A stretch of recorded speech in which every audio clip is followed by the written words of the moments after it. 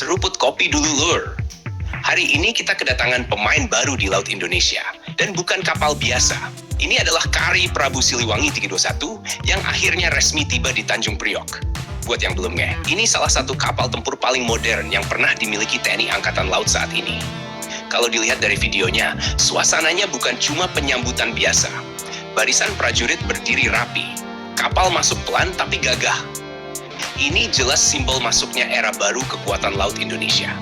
Nah, sekarang kita bahas, kenapa kapal ini rame banget dibahas. Pertama, ini bukan kapal biasa. Ini kelas PPA, atau Pattugliatore Polivalente d'Altura.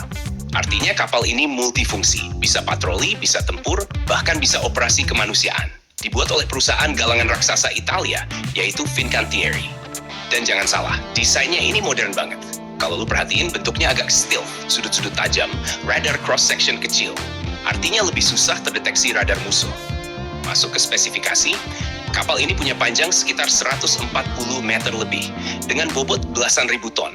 Ini bikin dia masuk kategori kapal kombatan kelas berat. Kecepatan bisa tembus lebih dari 30 knot. Ini kencang banget untuk ukuran kapal sebesar ini. Jadi bukan cuma kuat, tapi juga lincah. Sekarang kita bahas bagian paling penting, senjatanya. Kapal ini diproyeksikan bisa membawa berbagai sistem persenjataan modern. Mulai dari meriam utama kaliber besar di depan, biasanya kaliber 127 mm, ini bisa buat serangan ke kapal lain maupun ke darat. Lalu ada sistem rudal. Ini yang bikin ngeri. Kapal seperti ini umumnya bisa dipasangi VLS alias Vertical Launch System. Artinya rudal bisa ditembakkan vertikal langsung dari badan kapal. Biasanya untuk rudal anti udara jarak menengah sampai jauh. Selain itu, ada juga rudal anti kapal. Ini senjata utama kalau terjadi perang laut. Sekali kena, kapal lawan bisa langsung lumpuh. Belum lagi torpedo untuk lawan kapal selam. Jadi kapal ini bukan cuma jago di permukaan, tapi juga bisa berburu di bawah laut. Masuk ke sistem, kapal ini dilengkapi radar canggih, sistem peperangan elektronik, dan sensor modern. Ini penting banget karena di perang modern yang menang bukan cuma yang punya senjata besar, tapi yang punya deteksi lebih cepat. Kalau musuh ketahuan duluan, ya dia kalah duluan. Sekarang kita bahas kenapa kapal ini penting buat Indonesia. Indonesia itu negara kepulauan, laut kita luas banget. Dari Selat Malaka sampai Laut Natuna Utara, semuanya butuh pengawasan. Dengan masuknya KRI Prabu Siliwangi, jangkauan operasi TNI AL jadi makin luas dan fleksibel. Kapal ini bisa patroli jauh, tahan lama di laut, dan siap tempur kapan aja. Ini juga ngasih efek deterrence, atau efek gentar.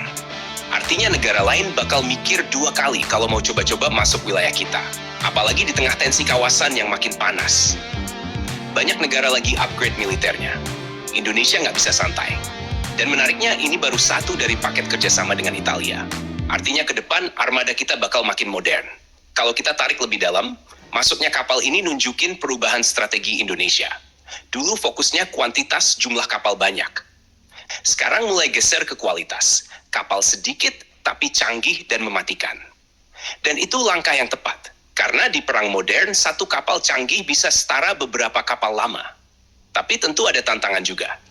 Kapal secanggih ini butuh perawatan mahal, butuh kru yang terlatih, dan sistem logistik yang kuat. Jadi bukan cuma beli kapal, tapi harus siap operasional jangka panjang. Kalau enggak, ya ujung-ujungnya jadi pajangan doang. Makanya ke depan yang menarik bukan cuma jumlah kapal baru, tapi kesiapan SDM dan sistem pendukungnya. Sekarang bayangin skenarionya. Kalau KRI Prabu Siliwangi patroli di Natuna, didukung radar canggih, rudal siap tempur, dan sistem deteksi modern, kapal asing yang masuk pasti langsung kedetek. Dan itu langsung ngubah permainan. Indonesia jadi bukan cuma negara maritim, tapi juga kekuatan laut yang diperhitungkan. Dan ini baru permulaan lur.